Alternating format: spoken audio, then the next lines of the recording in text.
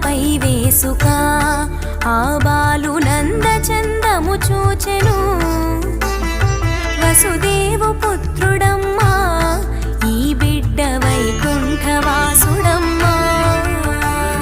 నవనీత చోరుడమ్మా